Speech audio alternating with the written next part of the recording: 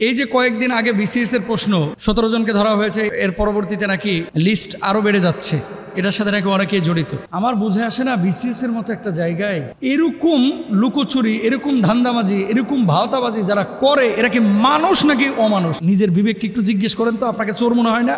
আপনি ভাব নিয়ে আছেন যে বড় সুফি দরবেশ, কিন্তু মানুষ কিন্তু জানে যে আপনি জাতীয় চোর। আমি বিসিএস ক্যাডারদেরকে বলবো, এবং যারা প্রশ্ন কিনে বিশ্ববিদ্যালয়ে চান্স পেয়েছে অথবা বিসিএস ক্যাডার হয়েছে বা চাকরি বাকরি পেয়েছে, প্রত্যেককে বলবো, ভাই আখিরাতে যদি বাঁচতে চান, কবরে বাঁচতে চাইলে আজকে চাকরিটা ছাড়েন। চাকরিটা ছাড়া দরকার হয় রিক্সা চালান, বিসিএস ক্যাডার হওয়ার দরকার নাই। প্রশ্ন ফাঁস করে যারা বিসিএস ক্যাডার হয়েছে অথবা কলেজের টিচার হয়েছে, বিশ্ববিদ্যালয়ের টিচার হয়েছে অথবা পুলিশে চাকরি পেয়েছে, এদের চাকরিটা কি হালাল? এই যে কয়েকদিন আগে বিসিএস এর প্রশ্ন 17 জনকে ধরা হয়েছে, এর পরবর্তীতে নাকি লিস্ট আরো বেড়ে যাচ্ছে, এটার সাথে নাকি অনেকেই জড়িত। আমার বুঝে আসে না, বিসিএস এর মতো একটা জায়গায় এরকম লুকোচুরি, এরকম ধান্দাবাজি, এরকম ভাওতাবাজি যারা করে, এরা কি মানুষ নাকি অমানুষ? এরা অমানুষ হচ্ছে তো খারাপ, ঠিক কিনা আপনারা বলেন? কারণ কি, দেখেন বিশ্ববিদ্যালয়ে একটা ছেলে কি হয়েছে, সে ফার্স্ট ক্লাস ফার্স্ট। আপনি যখন প্রশ্নটা আরেকজনের কাছে 20 লক্ষ টাকার বিনিময়ে পৌঁছে দিচ্ছেন, এই ফার্স্ট ক্লাস ফার্স্ট এই ছেলেটার হয়তো বা 20 লক্ষ টাকা ছিল না, অথবা এই ছেলেটা সেই সুযোগটা পায় নাই। প্রশ্ন যার কাছে ফাঁস হয়ে গেছে, সে তো অবশ্যই অগ্রগামী হয়ে যাবে। ফার্স্ট ক্লাস ফার্স্ট যেই ছেলেটা এখানে ঢুকতে পারলো না, চাকরি পাইলো না, আপনি প্রশ্ন কিনে পরীক্ষা দিয়ে পাশ করে মূলত তার হক নষ্ট করলেন। এজন্য আল্লাহর আদালতে আপনাকে দাঁড়াইতে হবে, কিয়ামতের ময়দানে আপনাকে জবাবদিহিতার সম্মুখীন হতে হবে। প্রশ্ন ফাঁস যারা করেছে, এরা তো হারাম খেয়েছে, এরা তো মিথ্যার আশ্রয় নিয়েছে, এরা তো ধোঁকাবাজি করেছে। আর যারা এটা কিনে চাকরি বাকরি নিয়েছে, সম্পূর্ণরূপে হারাম কাজ করেছে। এই চাকরি করা তার জন্য জায়েজই নাই। আমি বিসিএস ক্যাডারদেরকে বলবো, এবং যারা প্রশ্ন কিনে বিশ্ববিদ্যালয়ে চান্স পেয়েছে অথবা বিসিএস ক্যাডার হয়েছে বা চাকরি বাকরি পেয়েছে, প্রত্যেককে বলবো, ভাই আখিরাতে যদি বাঁচতে চান, কবরে বাঁচতে চাইলে আজকে চাকরিটা ছাড়েন। চাকরিটা ছাড়া দরকার হয় রিক্সা চালান, বিসিএস ক্যাডার হওয়ার দরকার নাই। এই শোনেন, কয়দিনের জিন্দেগি, আপনি 30 বছর বাঁচবেন অথবা 40 বছর বাঁচবেন, এই যে পুরো জীবনটা আপনি হারামের সাথে নিজের বিবেককে একটু জিজ্ঞেস করেন তো, আপনাকে চোর মনে হয় না?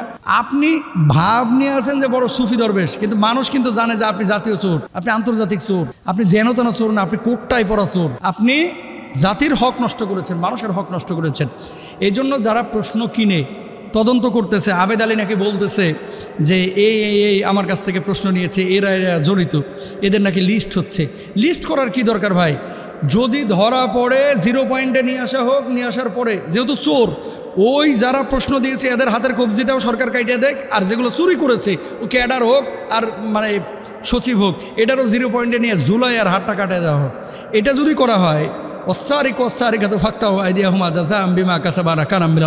আমাদের বাংলাদেশে একটা জিনিস দেখেন, কোরআনে আল্লাহ তাআলা বলেছে চোর আর চোরনির হাত কেটে দাও। এই আইনটা যদি সরকার মানে আদালত পর্যন্ত নিয়ে এটাকে কার্যক্ষেত্রে বাস্তবায়িত করত, বাংলাদেশে চুরি কিন্তু ভাই বন্ধ হয়ে যেত। সমস্যাটা হচ্ছে কি জানেন, যে কোনো অপরাধ ধরা পড়ে, এরপর একটা তদন্ত কমিটি গঠিত হয়। তদন্ত কমিটি গঠন করা মানে এটা ঢিলা ঢালা একটা আচরণ হয়ে যায়। এরপরে কি হয়, সুযোগ নেয়, এরপরে কি করে, পুলিশ অ্যারেস্ট করে, তারপরে জামিনে আবার বের হয়ে আবারও চুরি করে, এরকম করে।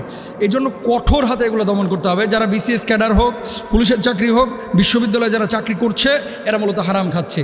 প্রমাণ নেন, আল্লাহ সুবহানাহু ওয়া তাআলা পবিত্র কোরআনুল কারীমের মধ্যে বলছেন, ইয়া আইয়ুহাল্লাযীনা আমানু লা তাকুলু আমওয়ালাকুম বাইনাকুম বিল বাতিল। আল্লাহ সুবহানাহু ওয়া তাআলা স্পষ্টভাবে বলেছেন যে এই ধরনের হারাম লা তাকুলু, তোমরা গ্রহণ করো না, যেটা অবৈধভাবে উপার্জন করা হয়েছে।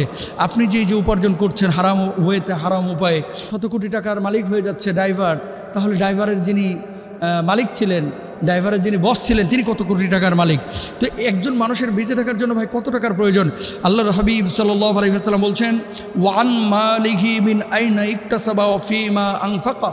কিয়ামতের ময়দানে আল্লাহ সুবহানাহু ওয়া তাআলা আপনাকে জিজ্ঞেস করবেন, কোন উপায়ে আপনি অর্থ উপার্জন করেছেন আর কোন পথে আপনি অর্থটা খরচ করেছেন। তো আপনাকে তো হিসাব দেওয়া লাগবে, আল্লাহর আদালতে দাঁড়াইতে হবে। কয়দিনের জীবন ভাই, এত টাকা আপনি কি করবেন?